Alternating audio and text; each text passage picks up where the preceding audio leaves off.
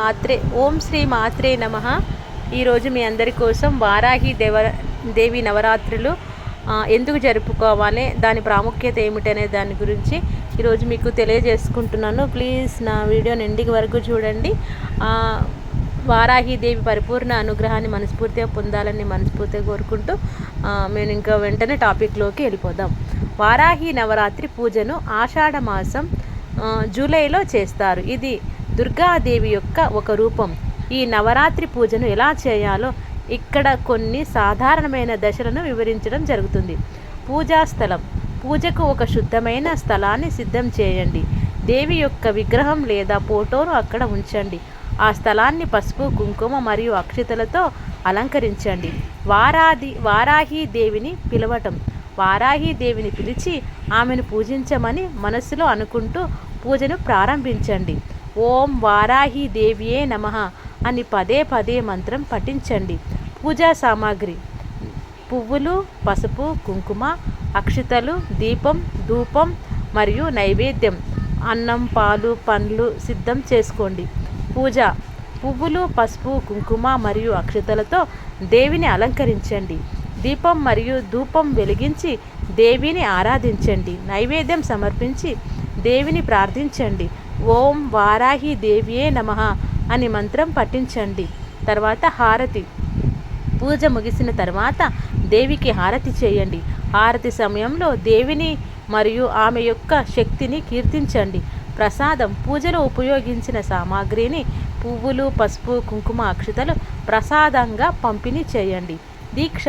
కొన్ని నవరాత్రుల్లో వారాహి దేవికి దీక్ష చేస్తారు. దీక్ష అంటే దేవిని ప్రత్యేకంగా పూజించడం. వారాహి నవరాత్రి పూజను చేసే ముందు పూజకు సంబంధించిన వివరాలను తెలుసుకోవడం మంచిది. వారాహి నవరాత్రులు ఎప్పుడు వస్తుంది? 4 ముఖ్యమైన నవరాత్రుల్లో ఆషాఢంలో వచ్చే వారాహి నవరాత్రి ఒకటి. మొదటిది ఉన్మాత్త వారాహి పూజ. ఇది మొదటిది కాబట్టి తేదీ జూలై 26 నుండి 2025 నుండి ప్రారంభమవుతుంది. ఆషాఢ శుద్ధ పాడ్యమి రోజు వస్తుంది. వారాహి అమ్మవారి పూజ ఇంట్లో ఎలా చేసుకోవాలి? మీరు శుభ్రమైన మరియు నిశ్శబ్ద ప్రదేశంలో ఒక చిన్న బలిపీఠం లేదా మందిరాన్ని ఏర్పాటు చేసుకోవాలి. మీరు బలిపీఠంపై వారాహి దేవి ఫోటో లేదా విగ్రహాన్ని ఉంచవచ్చు. దీనితో పాటు పువ్వులు, దీపం మరియు స్వీట్లు వంటి నైవేద్యాలను కూడా ఉండవచ్చు. అప్పుడు మీరు మీ భక్తిని ప్రదర్శించడానికి మరియు దేవత ఆశీర్వాదమును పొందడానికి ప్రార్థనలు మరియు పూజా ఆచారాలు చేయవచ్చును. వారాహి అమ్మ ఎవరు? హిందూ మత విశ్వాసాల ప్రకారం దుర్గాదేవికి సంబంధించిన రూపాలను సప్తమాతృకలు అంటారు. ఆ 7 సప్తమాతృకలలో ఒకరు అమ్మవారు. పురాణాల ప్రకారం రక్తబీజుడు శంభు వంటి కొందరు రాక్షసులను వధించడంలో వారాహి అమ్మవారు ప్రస్తావన వస్తుంది. లలితా పరమేశ్వరి దేవి సర్వసైన్య అధ్యక్షురాలే వారాహి అమ్మవారని గ్రంథాలలో పేర్కొనబడింది. వారాహి మంత్రం అంటే ఏమిటి? వారాహి మూల మంత్రం వారాహి దేవి యొక్క ఆశీర్వాదం మరియు రక్షణను సూచిస్తూ శక్తివంతమైన అవగాహన నిలుస్తుంది. పురాణాల జ్ఞానం. వారాహి మూల మంత్రం వారాహి దేవి యొక్క ఆశీర్వాదం మరియు రక్షణను సూచిస్తూ శక్తివంతమైన ఆవాహన నిలుస్తుంది. పురాతన జ్ఞానంతో పాతుకుపోయి విభిన్న సంప్రదాయాలలో గౌరవించబడింది. ఇది తన దైవిక ప్రతిధ్వనిని కోరుకునే వారికి ధైర్యం, నిర్భయత మరియు సాధికారత యొక్క మార్గదర్శిగా పనిచేస్తుంది. వారాహి నవరాత్రి ఎన్ని రోజులు జరుపుకోవాలి? ఈ సంవత్సరం జూన్ 25 నుండి జూలై 3 వరకు వచ్చే ఆషాఢ పాడ్యమి నుండి నవంబర్ వరకు 9 పగళ్ళు మరియు రాత్రులు వారాహి నవరాత్రులు జరుపుకుంటారు. ప్రతిరోజు రోజువారీ హోమం మరియు అభిషేకం నిర్వహిస్తారు. వారాహి నవరాత్రుల్లో ఏం చేయాలి?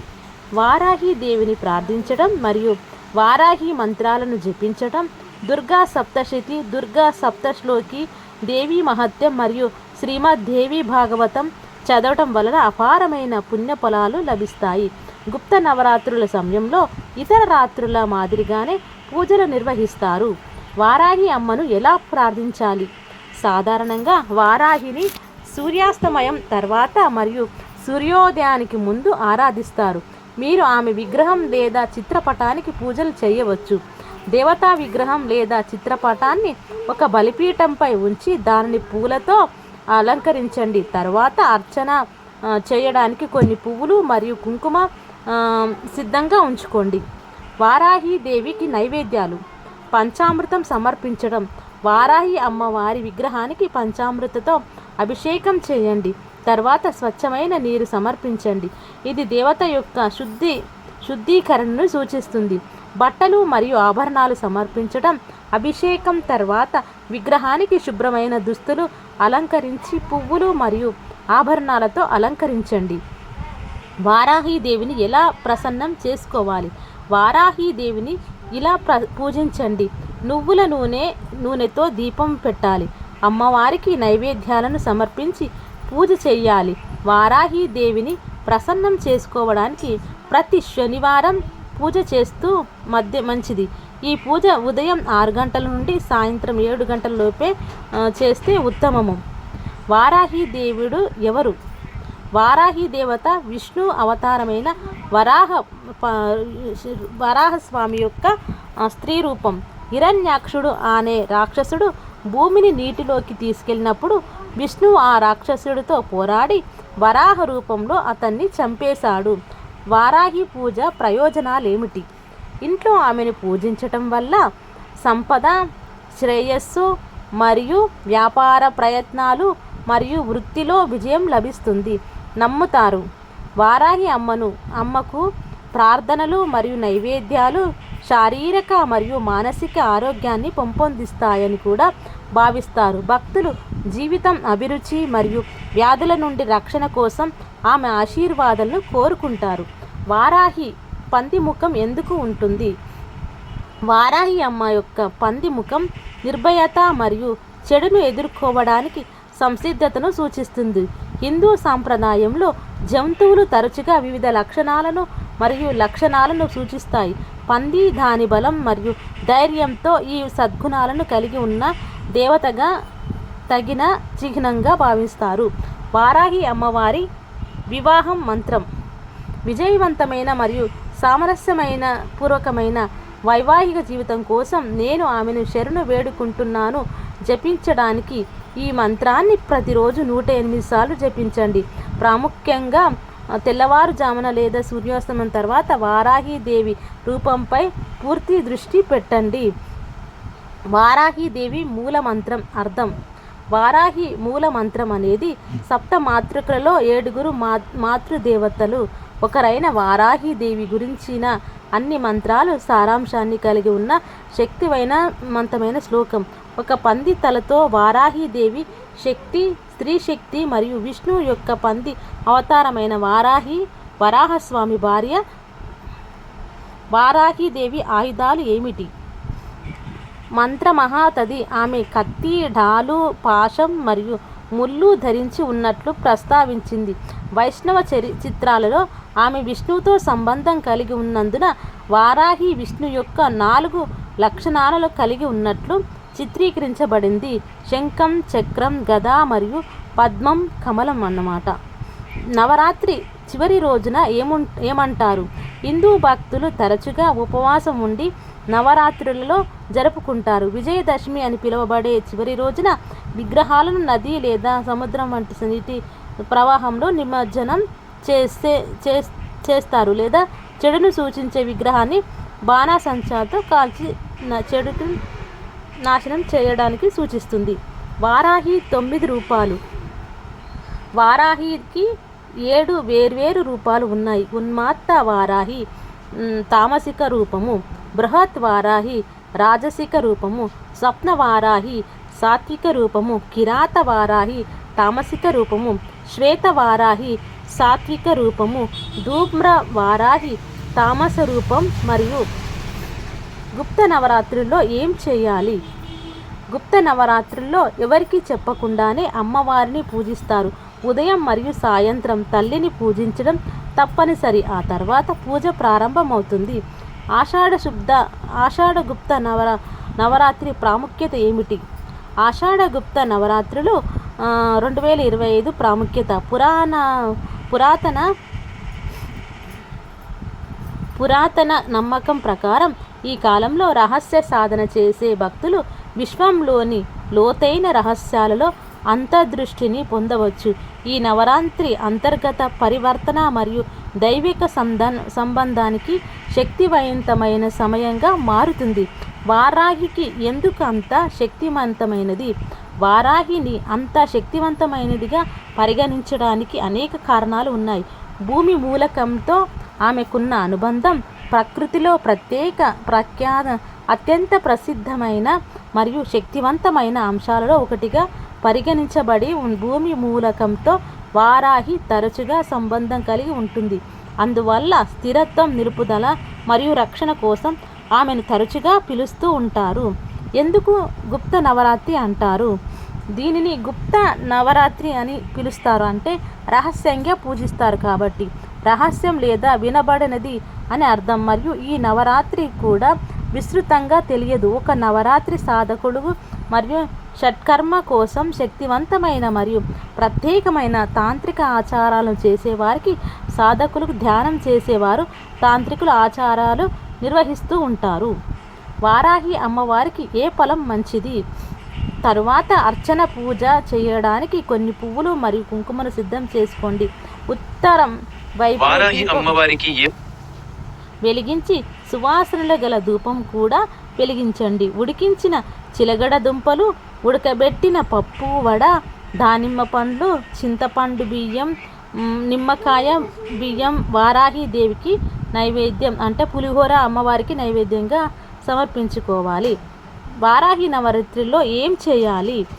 వారాహి భక్తులు పండగ సమయంలో తరచుగా ఉపవాసం ఉంటారు మరియు వారు ప్రత్యేక పూజలు మరియు ఆచారాలను కూడా నిర్వహిస్తారు. వారాహి నవరాత్రుల్లో 8వ రోజు దీనిని అష్టమి అని పిలుస్తారు. భక్తుడు చెడుపై మంచి విజయాన్ని సూచిస్తుంది. వారాహి అమ్మవారి కథ. హిరణ్యాక్ష అనే రాక్షసుడిని చంపిన తర్వాత వారాహుడు పృథ్వీని రక్షించి నీటిలో తేలేలా చేస్తాడు. విశ్వ పంది యొక్క అద్భుతమైన రూపాన్ని స్వీకరించింది. ఆమెతో సంభోగం చేసి ఆమెను గర్భవతిని చేశాడు. తర్వాత భూమి అంగారక గ్రహం మంగళకు జన్మనిచ్చింది. వారాహుడు ఆమెను దేవి అవతారంగా పూజించాడు. వారాహిదేవి యొక్క భర్త. వారాహిదేవి తన భర్త అయిన వారాహుడిని భూమిని అతని ముఖం మీద ఎత్తడానికి ప్రేరేపించడం ద్వారా ప్రేరణకు మూలం. జీవితంలో వైఫల్యాలు మరియు సంక్లిష్టతను ఎదుర్కొంటున్న వ్యక్తులు వారాహిదేవిని పూజించాలి. వారాహిదేవి అన్ని దుష్ట శక్తులను నాశనం చేయగల చాలా శక్తివంతమైన దేవి. వారాహిదేవికి ఇష్టమైన రంగు ఏది?